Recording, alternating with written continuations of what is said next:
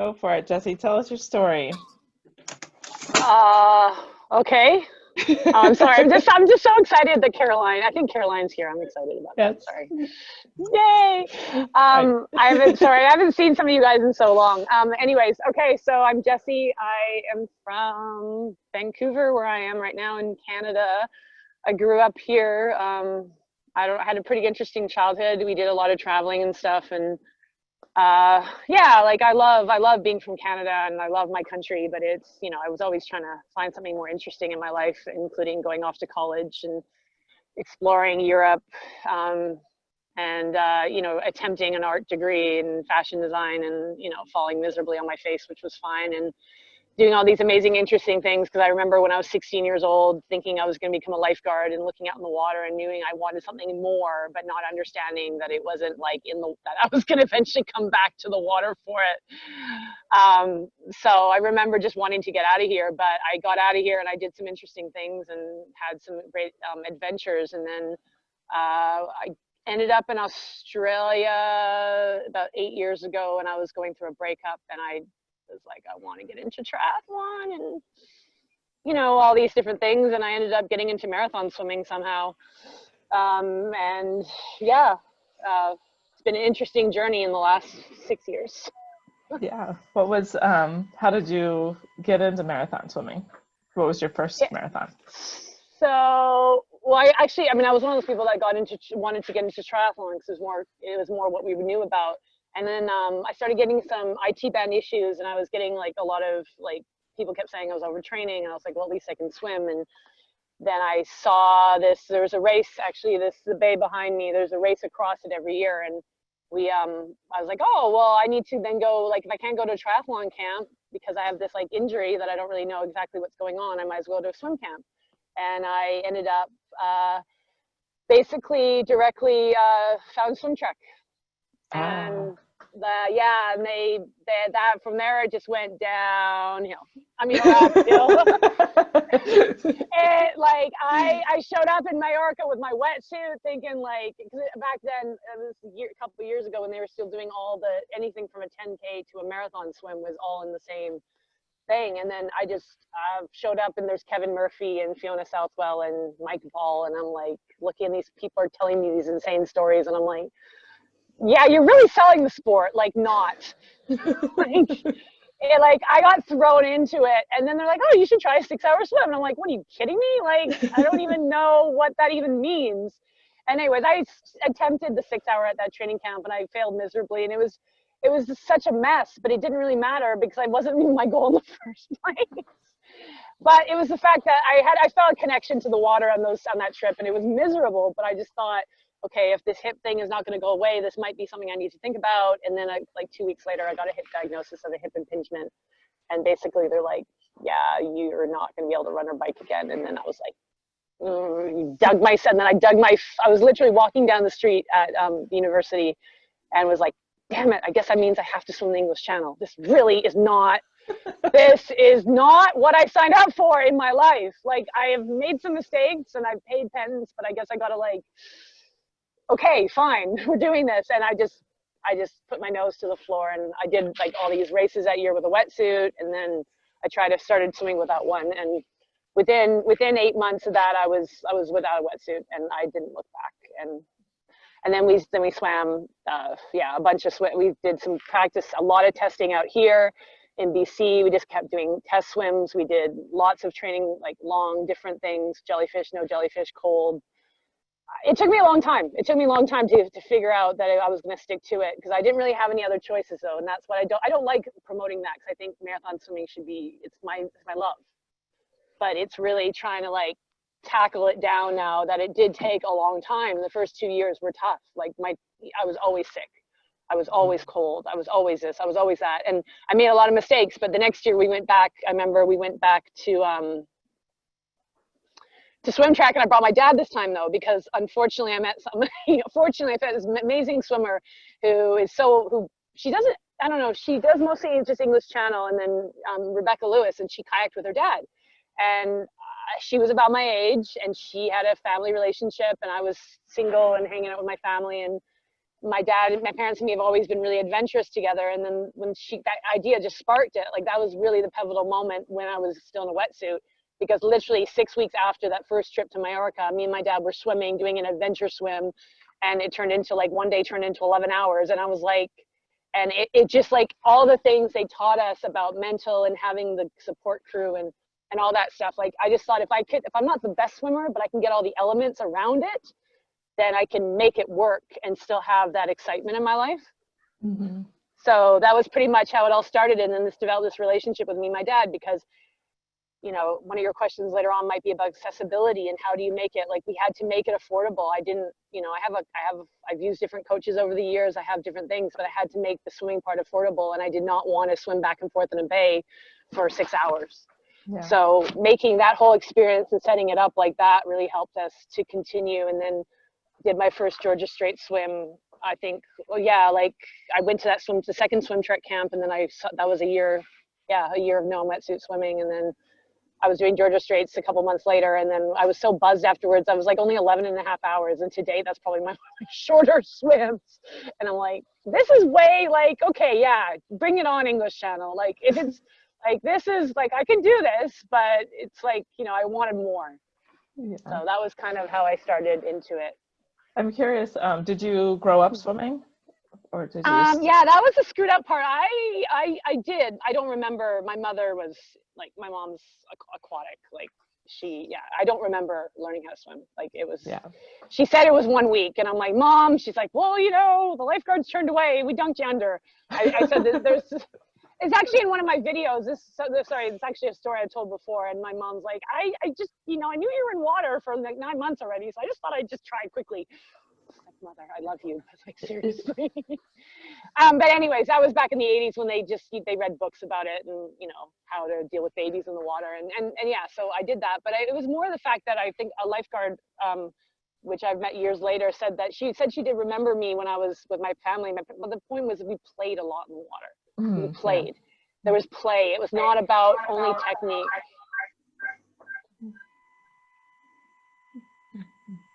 Didn't you hear that? I got it. Go ahead. Anyways, so it was all about play and stuff. So that it started it. But I did synchronized swimming. I was never a club team member. I wasn't very good at synchro. I just remember going, if I don't keep holding my breath, someone's gonna get angry at me for popping up early. And I just remember like screaming for your life, screaming in my head, going, just don't freaking pop up. You can handle 2 more seconds without air. It's not gonna kill you. But I mean, it just wasn't ideal. Like I learned to love the water, but I was never fast. I was always like, I placed last in solo events, and I was never good at it. And I did extra training, and it created, unfortunately, a negative mental from the water. So I didn't swim. I begged my parents to quit after 6 years, and I didn't touch the water for like 15 years. It was like, I had enough of it. I wanted to be in Europe and do other things.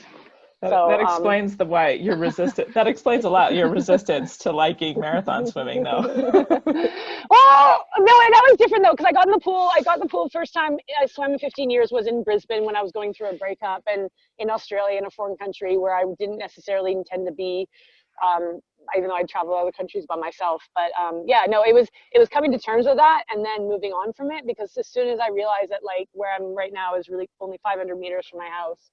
And like, it's like when I realized the accessibility it now gives me and the freedom, I've always said it's like a jail cell out there, because it can be so like, you know, it can be very feel very entrapped, but it gives you so much freedom when you realize that is like, I can walk down the water in summertime and I don't even need a towel.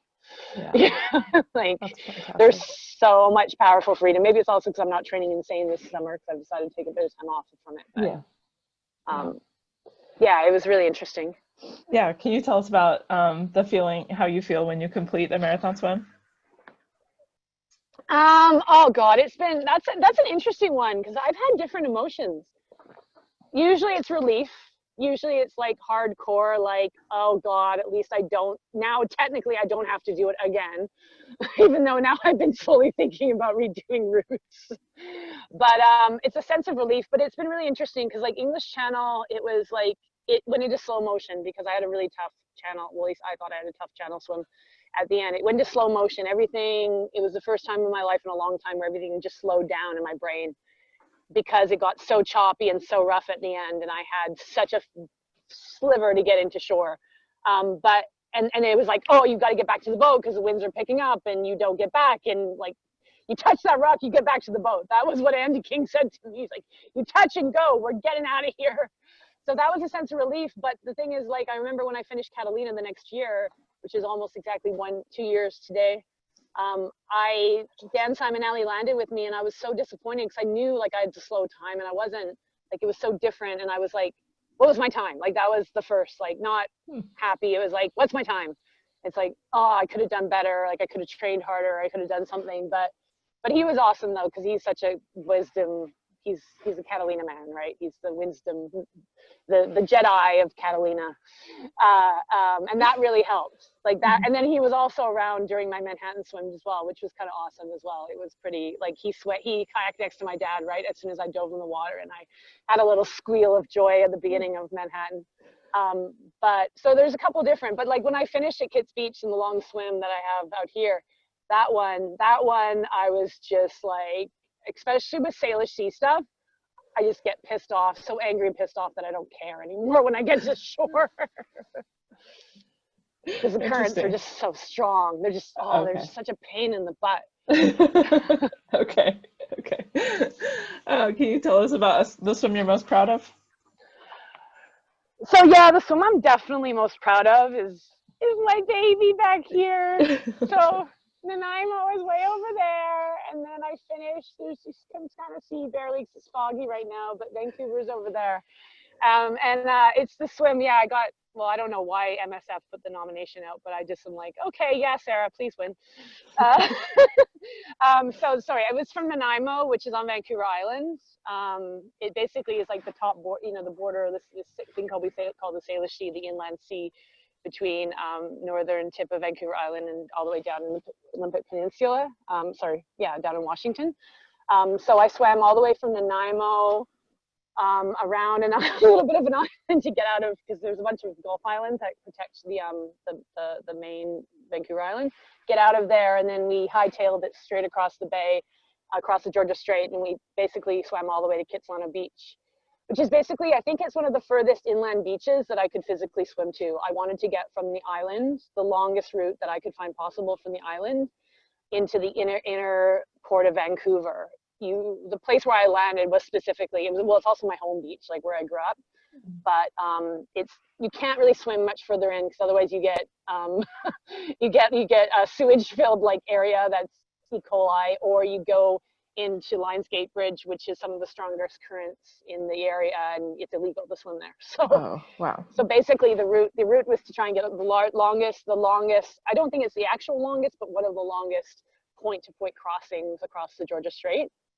And I called it the long swim home, and it was I knew, even though it's a straight line, I knew, like, it's very tidal, and we do get winds that pick up without notice. We did quite a lot of planning. I always leave it in the hands of people who know more than me.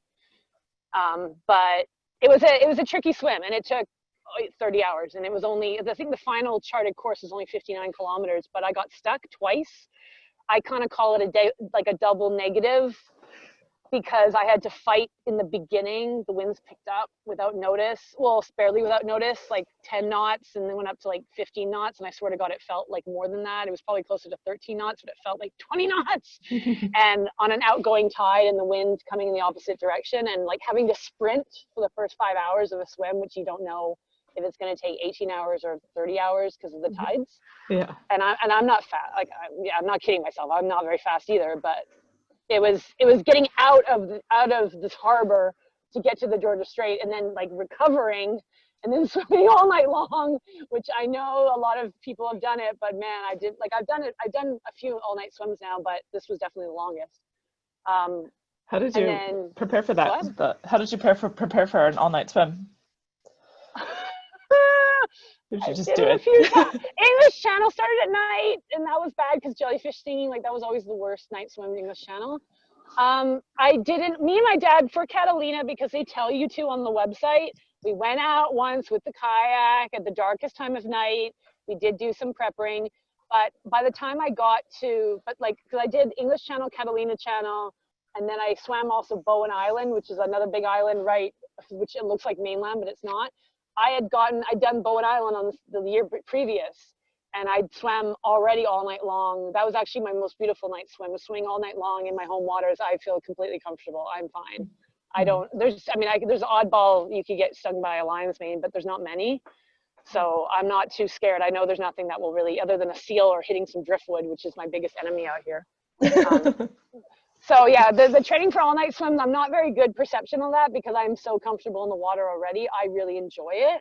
And the biggest thing about swimming all night long in the Georgia Strait on this one was the fact that around 3 or 4 in the morning, when you're kind of like really, really, really tired and you're like, okay, I'm gonna, once I get to sunrise, it's gonna be the 24-hour mark.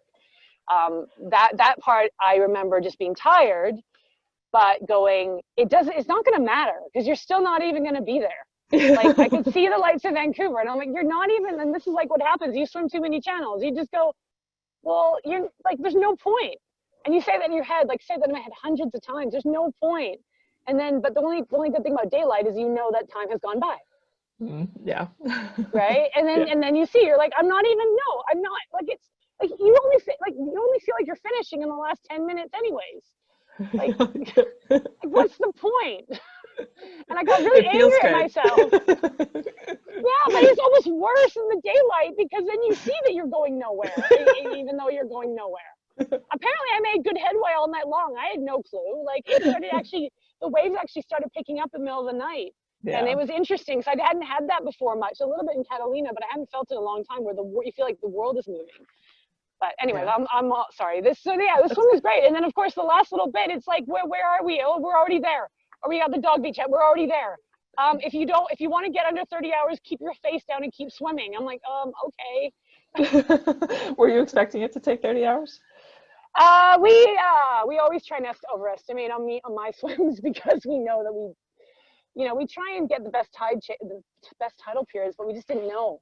Because we had an 8-day window for the swim, and we estimated at max it would be 30 hours because I promised. I've told people on my crew that it's been shorter, and I've apologized. But they said they knew. Like they were actually going to land me because they could have landed me actually at the peninsula right at UBC. They could have landed me early because I swam an extra bit into the harbor, and I was hoping they weren't going to land me there because I had a feeling they were thinking about it, and I was like, no, because we got stuck.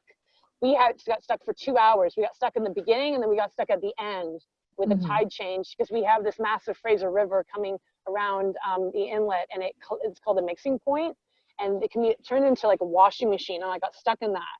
And I had to wait. I had to keep swimming until the tide changed.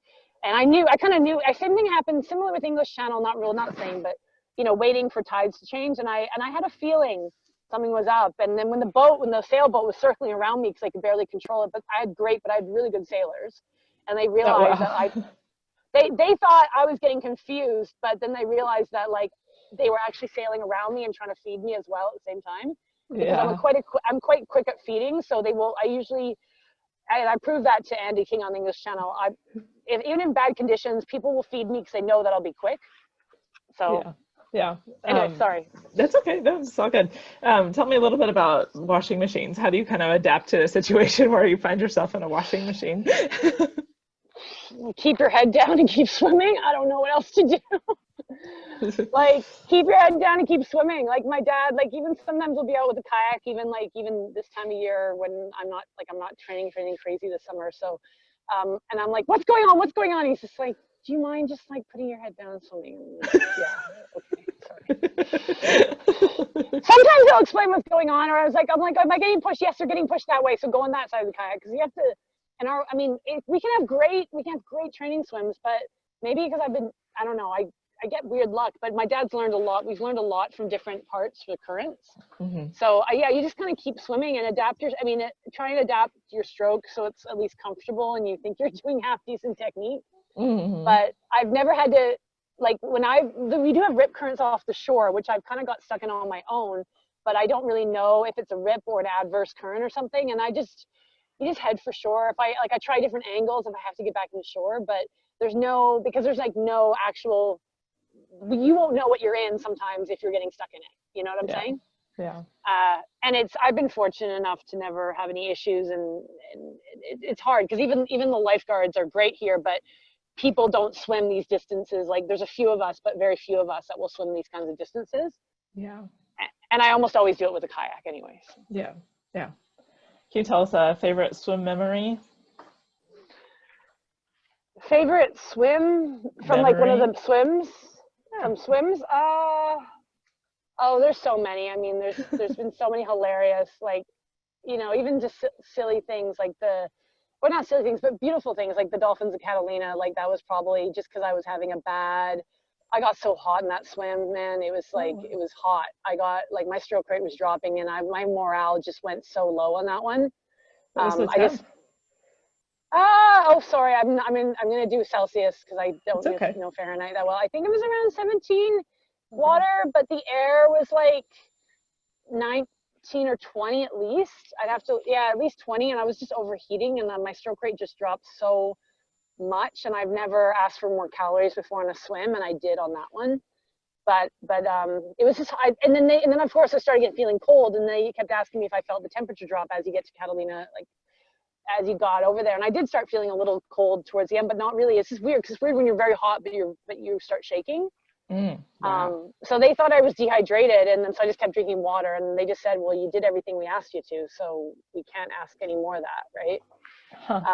But that was, probably one of the better ones was that. I mean, I've had some amazing experiences, like the memories of swimming around Bowen, which is over there, of having a clear night sky. The only time I've ever had clear night sky, and then all of a sudden phosphorescence appeared below me as well. Oh wow. And I couldn't tell. Like I thought I was hallucinating. I couldn't tell what was up and what was down. And I kept over rotating, and I realized that the little stars were closer together, I think, or the stars were further apart than the phosphorescence, or if they were bioluminescence. But just they look so similar. Yeah. And I was also like I was swimming around this island and it was very dark and my boat crew was being great with no bright lights. And I was just going like, okay, I should probably go closer to the boat again. Because you're kind of sandwiched and you're like, okay, yeah, it's pretty, like you're just trying to navigate a little bit. I'm wearing lights and everything, but yeah, it was just very surreal having that experience. And then and then Vancouver was also lit up like in the background and I could see it. And it was so beautiful. And I was just like, I was so tired, I remember, for some reason, because I think I'd swam Catalina 8 weeks before that. That's why. Oh, wow. I was so exhausted, and I was just like, but I was like, you know what? Okay, and then that was the only time, and then unfortunately 6 hours later, that was the only time anyone ever attempted to pull me on hour 18 because they had no clue. Like they were like, well, it only took her 18 hours swimming this channel, and I was like, yeah, and they were like asking me, do you want to stop? I'm like, why? I'm like, we have like only 2 kilometers left, and I mean, it might take us 3 hours because I'm getting pushed by a current backwards right now, but like we finished the swim in 21 hours. It took me forever, but I got there because I wasn't going to like wreck my shoulders over it, right? Like I just swam in one spot for 2 hours. It was super frustrating. And the same spot, I could see that spot from when I was doing my other swim too. Like that's why I feel a bit guilty about swimming so much in my own water because I can see the spots now. And I was cursing myself outside the UBC when I was trying to get into kits, looking at the other spot from Bowen. And it was just, it was nuts because like, I'm okay with it. Like who's okay with swimming against the current going nowhere? Right. Part of this comes with the territory, I think, for marathon swimmers though. I know, sorry, I hope it's not repetitive because I know a lot of marathon swimmers have felt this, but I feel like I felt it one too many times now and I keep going back. You can switch to the lakes. Oh. Can you tell me how you feel about how marathon swimming can be more inclusive? Yeah, actually that's something we've thought about a lot locally because I've been doing trying to get more involved in the small community that we do have of some amazing people that support it as well. And I do believe that we need, like, whether or not we get corporations involved or not, but trying to understand that we need to make events like as affordable as possible and just the information's already, that's the thing is the information's already out there, but a lot of people have never heard about the sport or they don't, they think you have to be a college swimmer or you have to be a kid swimmer to be able to do it. And I just feel like, even me investigating and understanding even more the marine law in Vancouver and and understanding like, okay, well, this is how much we can rent boats for, but can we figure out a way of doing things cheaper, or figuring out using less gas? I think it's trying to get a lot of the logistics of trying to make things, I think it's part of the marathon swimmers that potentially do have loved it, because they understand what it takes to try and make more of an effort to get some, at least the freight base work there. I'm not a business person, but I'm definitely trying my hardest to try and make a better understanding of why people don't do it in BC, because it's so beautiful and it's so accessible, and our water is like still relatively like freaking, I mean, yeah, we've had some mines and stuff like, 50 years ago or so, but our water is so freaking clean up here. For me, it's amusement why it's not used more. Right. But that's the thing is, when you have mountains and you have other industries, it makes it like, climbing, and someone can easily just go and do a hike. I've conflict. I have inner conflict about this, because I believe we should be able to do both, and have both. We've thought about swimming along routes that they do those crazy trail running, and that's painful. Like, why are those? I mean, I love trail runners, and there's some amazing trail runners in BC, but why is that more popular? Why do they say that swimming is less accessible? But of course, you don't have to know how to swim, and there's a lot of other things. So I think there's a lot of things we can be doing. I just don't have exactly the right answer about how we can do it, except for to share information and mentor each other. And making things affordable. It's really hard when things are super expensive, or boat, different types of boat rentals, or different people may or may not overcharge or less charge, but it's just trying to create that awareness so that maybe, like we can put a support team together, because boats are expensive. Right. It's just the facts of life, but exactly. But yeah, it's tough. Yeah, it's a tough answer. There isn't any clear answer. That's why it's nice to just hear people's ideas. I liked it's interesting you said about mentioning bringing in like corporate, like just eventually. I'm just thinking about how, like, if they're invested in perceptions of, that they're investing in clean waterways and things like that, like that they can, like help promote it. But you're right. But no matter what, at the end of the day, it's a not very widely known sport. I mean, it's widely known to us, obviously, but trying to make more people know that, that we can swim places, as I like to say. Yeah. Oh, I know, exactly. And that's the thing. And it's going to take time. Yeah, it takes time. Sure. It takes time to garner support. It takes time for to make the fact that our Transport Canada and understanding that like boat safety officers are aware that we do have more swimmers in the water right now, especially because of COVID. Because I'm sorry, but our pools are still not open. Our pools are still not open. Like we don't. Yeah, like it's not even being close. And we have especially compared to Washington. And I miss. Oh my God, I miss everybody in Washington. And I cry every day for you guys down there. But oh my gosh, like we have almost no cases here. Like we are so good, but they were just like, no, like we're opening finally 3 pools on July 12th or 13th, outdoor only, and that's fine. But that's like basically where I swim anyway. So I'm just like, I'll leave it for other people for now. But it's really sad in that respect. So. Yeah. What advice would you give to an aspiring marathon swimmer? Oh God, probably the same advice I got, which is just go and do it. I mean, get your team together, and I think, I can't remember if it was Sarah Thomas or I think a few marathon swimmers on your series have said this. If you can get your family on board, it makes things a hell of a lot easier. If you can create that team network around you and the right people that are gonna, like, I need to be pushed, but I need to be pushed in a certain way. And I knew, I know I still am always trying to get, different support or better coaching and stuff. But I just say really get that. If you can create that team around you, if possible, and just every time someone says no, or you can't do it, or there's such a good network now of marathons community that you don't need to listen to those people. Like, yes, they have some validity in some of the stupid things that we do, but you're not going to wreck, you're not going to kill there's the risk. I'm sorry, but so many people die in more higher risk sports and injure themselves in other sports than they do in even swimming. So why, if you're going to go and climb a mountain and do that, why not do this, So, but be cautious, because we have, even in BC, we have the networks, there's ways to do it where it's actually still safe and you're not breaking the law or doing anything. Like it's just not done a lot.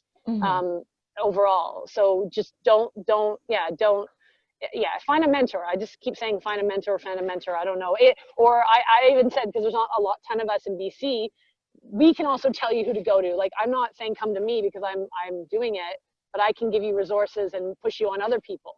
Yeah. You know, if you don't like my style, that's fine. My style is only one style and it's completely different. So yeah. Yep. Last question, and then we're out of time. But whose marathon swim story do you want to hear? Gosh, there's so many. Yeah, no, I mean, I guess in terms of, like, I mean, Vicky Keith is pretty awesome, but she's like a legend in her own right, and she just has so many amazing insights. But people like even Kevin Murphy, which I don't know, he'll never tell all of his stories. But yeah, Kevin Murphy, and I think you already have somebody else I swam with. I think you already have somebody coming up from Britain. And then there's, yeah, like, have you done one with Dan Simonelli yet? He's coming up. Oh yeah, he's coming a couple up, later yeah. this month, yeah. Yeah, but even like, if I can even reach out to people like Fiona Southwell, she's on the board of the CSA, but it's just some of the British stories, they just have such a different take on it, and it's just always so much, it's so interesting, and I miss the British side of things right now. I don't know why. Maybe it's I haven't been over there in a while, but Caroline's nodding. yeah, I miss those guys. Like I was supposed to go to Ireland this year just for a quick camp, and of course I got canceled, but I'm gonna definitely going back over there next year. So yeah. Yep, we love our UK friends, huh? I know. If it wasn't for them, I wouldn't be doing this. I'm sorry, but I wouldn't have even started this. Yeah. They just said, Kevin's like, you go. You don't need to go to, you know, I was always, you know, go to Ned Denison's, like his torture camps. And I was like, you don't need to do that. You just go in your backyard. He's like, don't you have that water over there? You know? Sure. Yeah. And I'm like, okay, I guess so. And 5 weeks later, it's like, okay, I guess we're doing this. Awesome. Thank you so much for your time today, Jessi. It was really awesome to hear your story. I appreciate it. Yeah, thank you so much. All right, you guys, we'll see you next time. Bye. Bye. Thanks, Jessi. Thanks, Shannon. Bye. Bye.